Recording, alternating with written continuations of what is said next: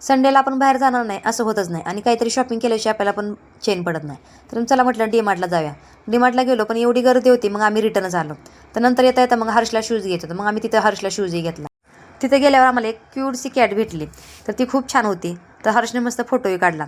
तर येताना तर खूप साऱ्या गोष्टी घ्यायच्या म्हणून येतो, पण जाताना काय घेतच नाही आपण. तर नंतर आम्ही मग नर्सरीमध्ये गेलो.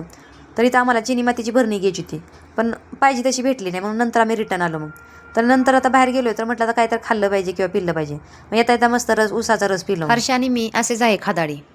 हे आम्हाला महत्त्वाचं असतात, तुम्हाला कुठे बाहेरच घेऊन जावं. आणि जाता येता हे बॅनर बघितले ना, पोटात गोळा आल्याशिवाय राहत नाही. पण काही गोष्टी आपल्या हातात नसतात. म्हणूनच आपण म्हणत असतो की लाईफ इज व्हेरी अनप्रेडिक्टेबल. घरी आल्यानंतर मग मी भाजीपाला स्वच्छ पाण्याने धुवून सुकायला ठेवला. तर मग असा फ्रीजमध्ये ठेवल्यानंतर मग आपल्याला लागेल तसं यूज पण करता येतो. तर सकाळी टिफिनसाठी मी भेंडीची भाजी बनवणार होती. तर मस्त जेवणही केलं आणि किचन क्लीन करून घेतलं. तर रात्री झोपताना पण हर्षला कॉफी प्यायची असते, तर त्यानं कॉफी बनवली होती. तर चला भेटूया नेक्स्ट ब्लॉगमध्ये.